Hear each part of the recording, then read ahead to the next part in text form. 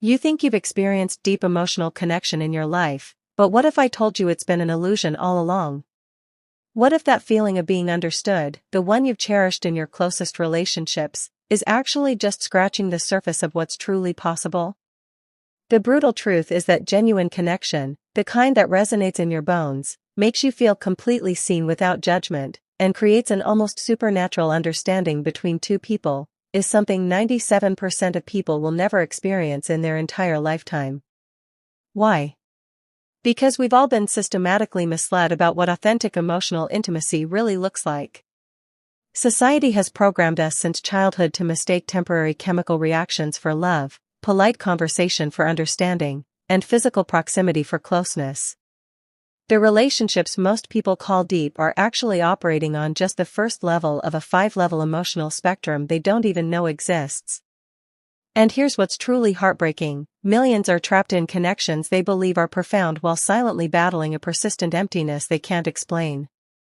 They wonder why they still feel lonely despite being connected. They question why their relationships eventually hit invisible walls. They can't understand why the initial magic always seems to fade. Does any of this sound familiar? If so, you're not alone.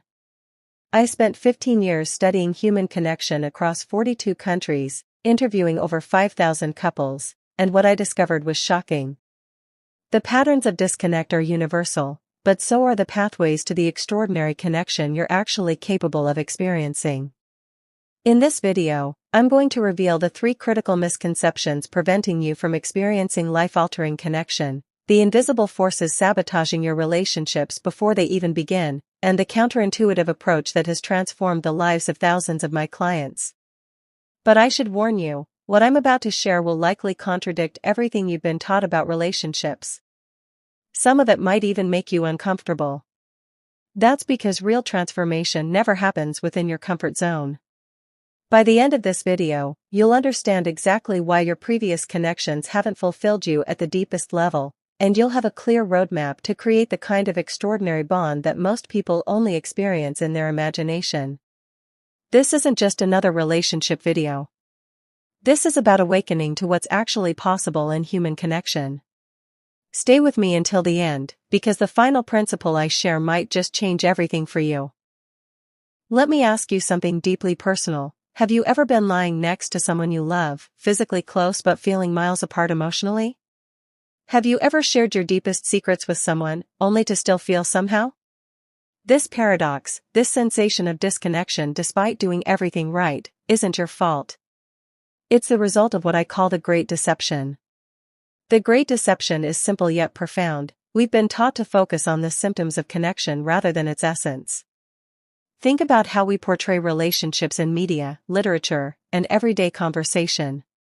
It's all about the grand gestures, the passionate declarations, the physical intimacy, the time spent together. We're told that if we check these boxes, deep connection will naturally follow. Let me introduce you to what I call the 5 levels of emotional connection. Most people never progress beyond level 2, believing they've reached the summit when they barely left base camp. Level 1, transactional connection.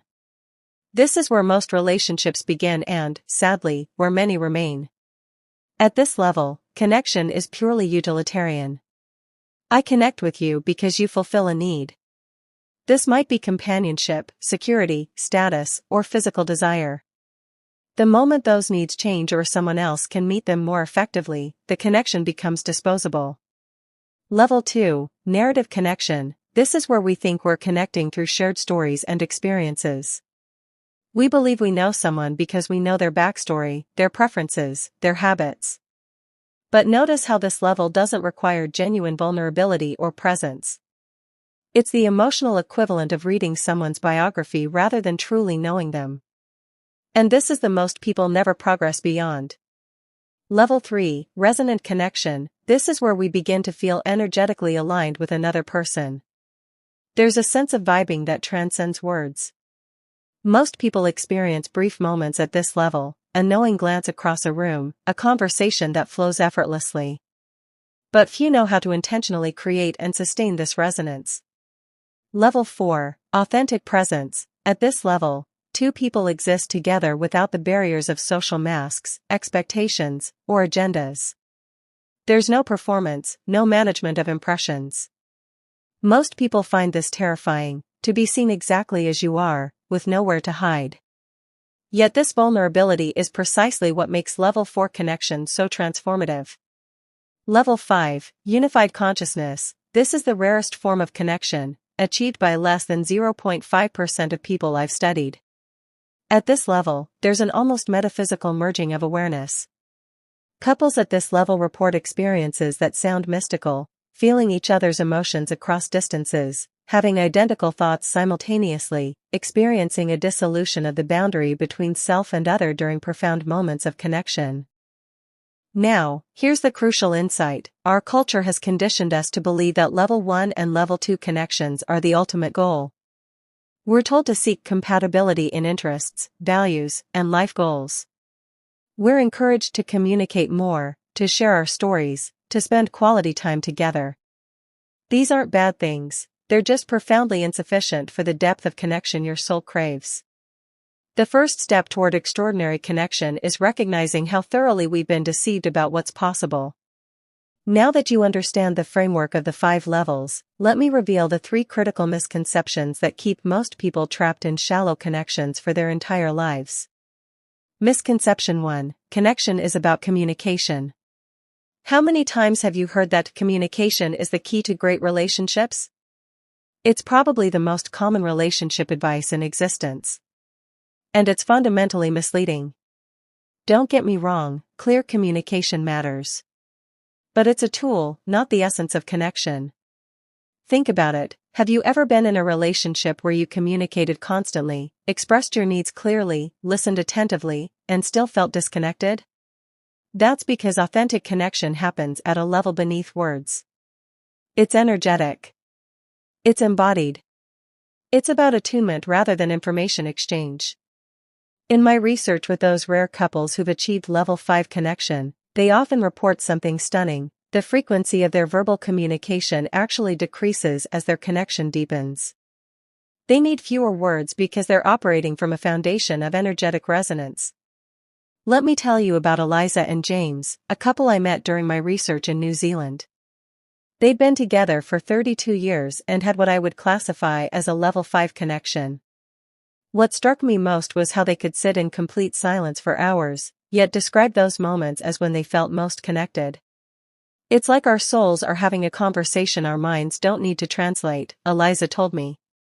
I feel more understood in silence with James than I do after hours of talking with anyone else. This flies in the face of conventional wisdom.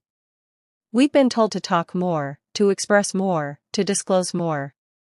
But extraordinary connection often emerges from the spaces between words, from presence rather than expression. The shift here is from focusing on what you communicate to how you energetically show up in the relationship. Misconception 2: Compatibility equals connection. Our culture is obsessed with compatibility. Dating apps match us based on shared interests and values. Relationship experts emphasize finding someone with aligned life goals. Friends reassure us that the right person will just fit with our lifestyle. This focus on compatibility creates the second major misconception, that finding someone sufficiently similar to you will naturally lead to deep connection. The data tells a different story. In our largest study, we found almost zero correlation between traditional compatibility metrics and the depth of emotional connection couples experienced. Some of the most profoundly connected couples I've encountered had significant differences in personality, interests, and even core values. What they shared instead was a mutual capacity for presence, vulnerability, and energetic attunement. Take Miguel and Sarah, a couple from our Boston research cohort. On paper, they were wildly incompatible: different religions, political views, cultural backgrounds, and communication styles. By conventional wisdom, their relationship should have been fraught with conflict and disconnection. Instead, they reported one of the deepest connections in our entire study. When I asked how they transcended these differences, Miguel said something I'll never forget: "We don't connect through our opinions or preferences. We connect through our humanity."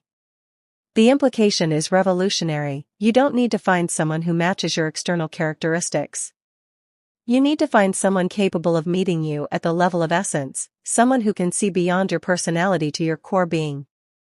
This requires a fundamental shift from seeking someone who shares your worldview to seeking someone who shares your capacity for presence and authentic revelation. Misconception 3: Connection should feel comfortable. Perhaps the most insidious misconception is that deep connection should feel consistently comfortable, affirming, and secure. This belief keeps countless people trapped in level 1 and level 2 connections.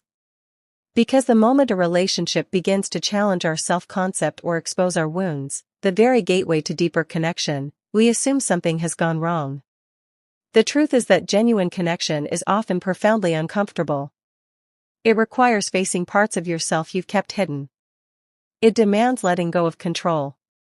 It means allowing another person to witness aspects of your experience that perhaps even you haven't fully acknowledged.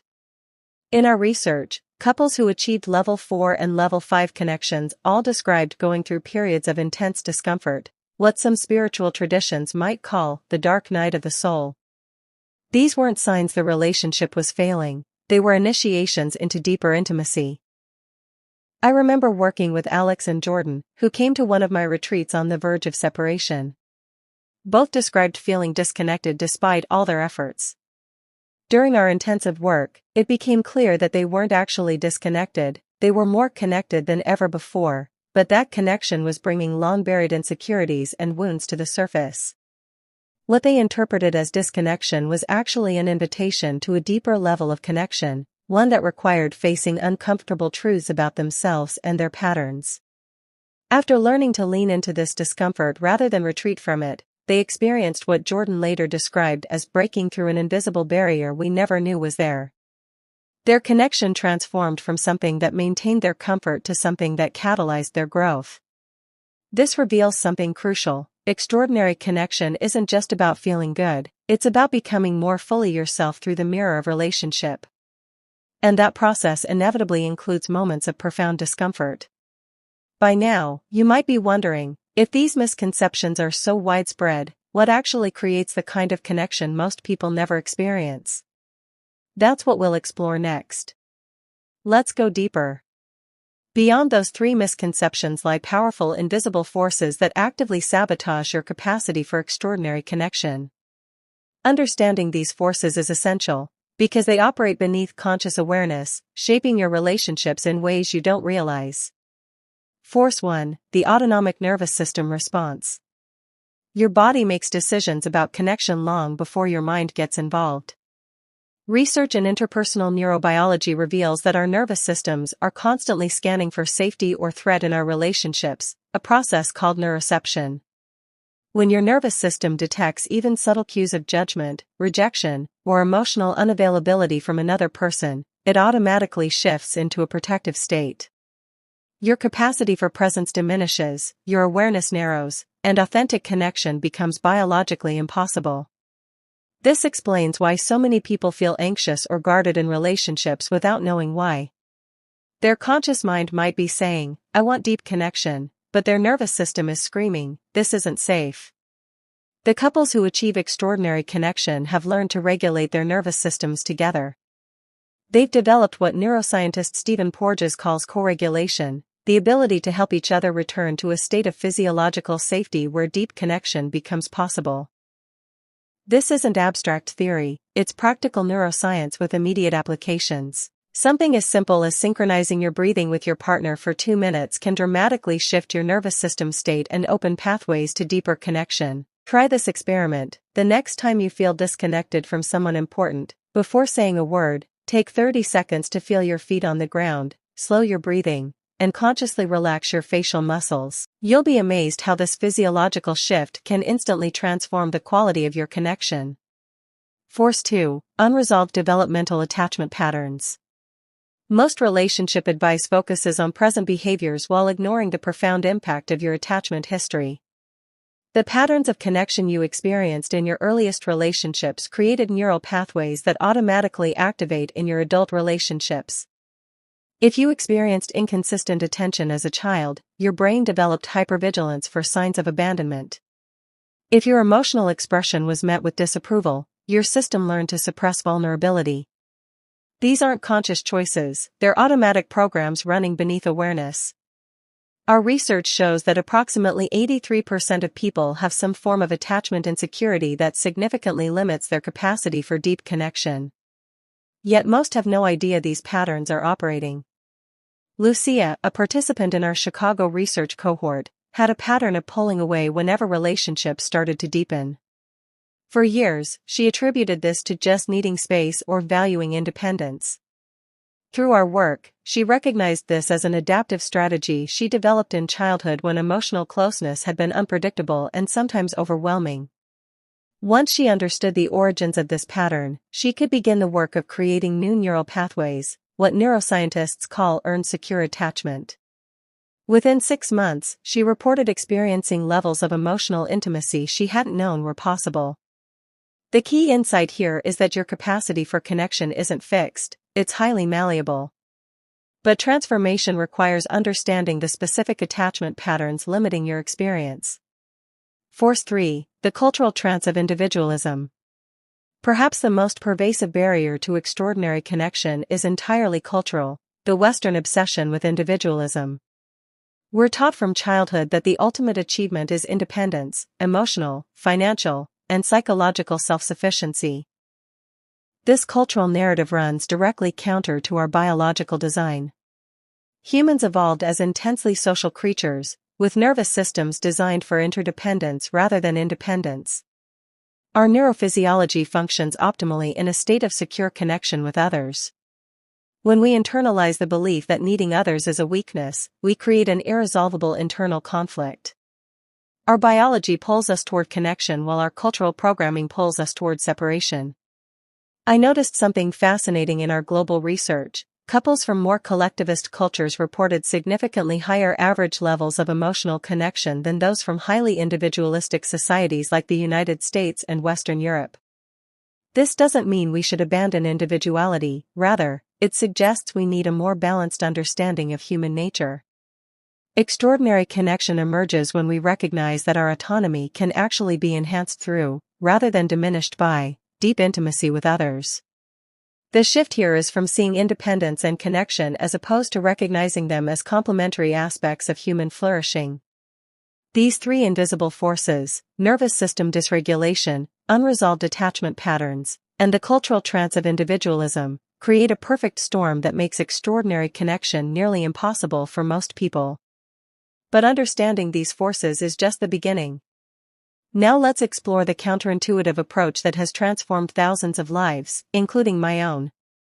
After years of research and working directly with couples, I've developed what I call the resonant connection framework, a counterintuitive approach that directly addresses the root causes of disconnection rather than just treating the symptoms. This framework has 3 core principles, each challenging conventional wisdom about how connection works. Principle 1. Connection flows from presence, not performance.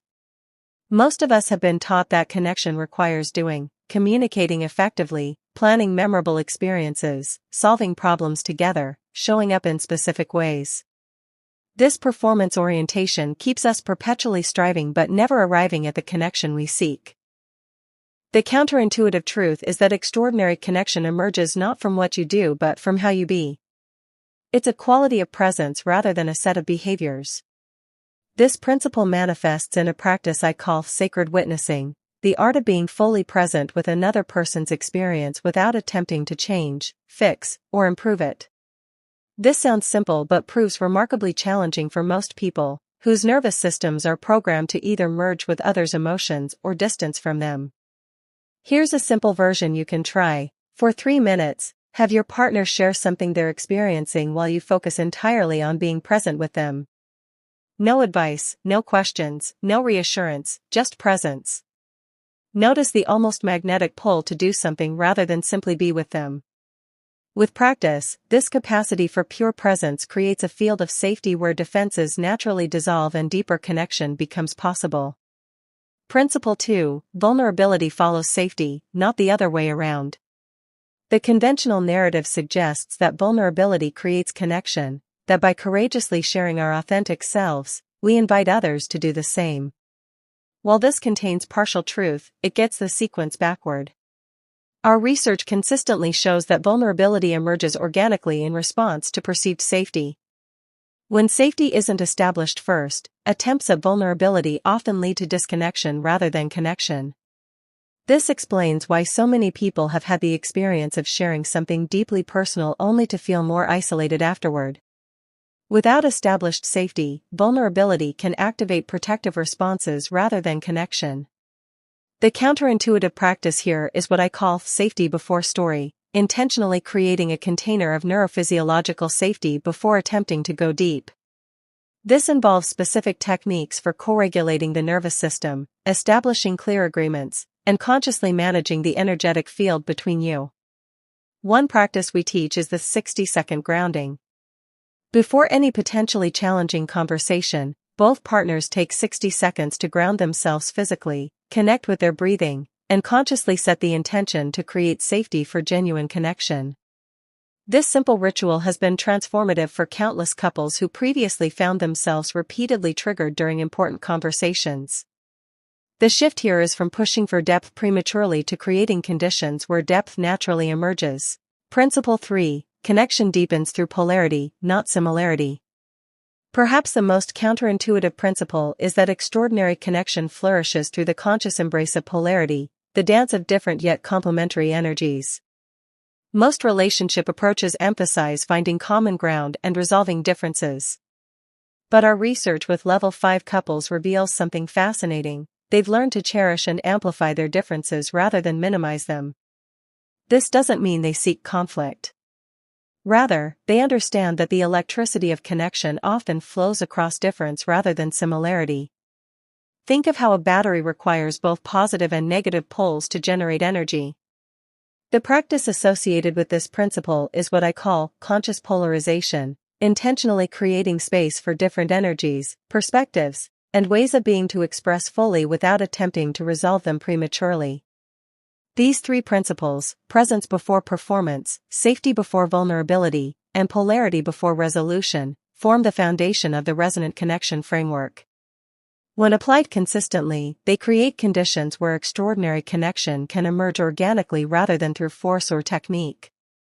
We've covered a tremendous amount in this journey, from the Great Deception and the 3 critical misconceptions to the invisible forces sabotaging connection and the counterintuitive pathway forward. But there's one final principle I promise to share, the one that might change everything for you. It's what I call the principle of conscious longing. Most people treat their longing for deeper connection as a problem to be solved or a wound to be healed. They see it as evidence of lack.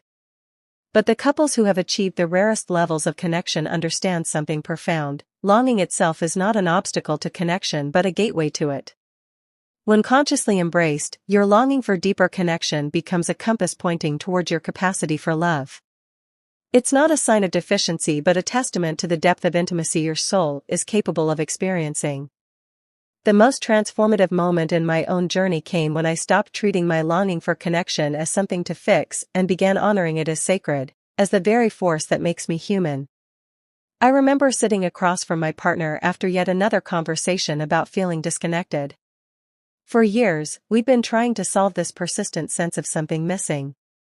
That day, something shifted. Instead of trying to fix the longing, I simply allowed myself to feel it fully, not as a problem but as an expression of how deeply I was capable of connecting. In that moment of surrendering to longing rather than resisting it, something extraordinary happened. The very connection I had been seeking suddenly emerged, not because I had found the right technique, but because I had finally stopped rejecting the part of me that desired connection in the first place. This is the paradox at the heart of extraordinary connection. Often, what we're seeking emerges not when we grasp for it directly, but when we fully embrace the longing itself. The majority of people will never experience the depths of connection possible in this lifetime. But that doesn't have to be your story. By understanding the deceptions we've been taught, recognizing the invisible forces at play, and embracing these counterintuitive principles, you can begin experiencing levels of connection most people only dream about. Thank you so much for watching and listening up till this point. If you enjoyed it, don't forget to encourage us by only subscribing to our channel. It's a little way of letting us know we are doing an amazing job. See you on the next one.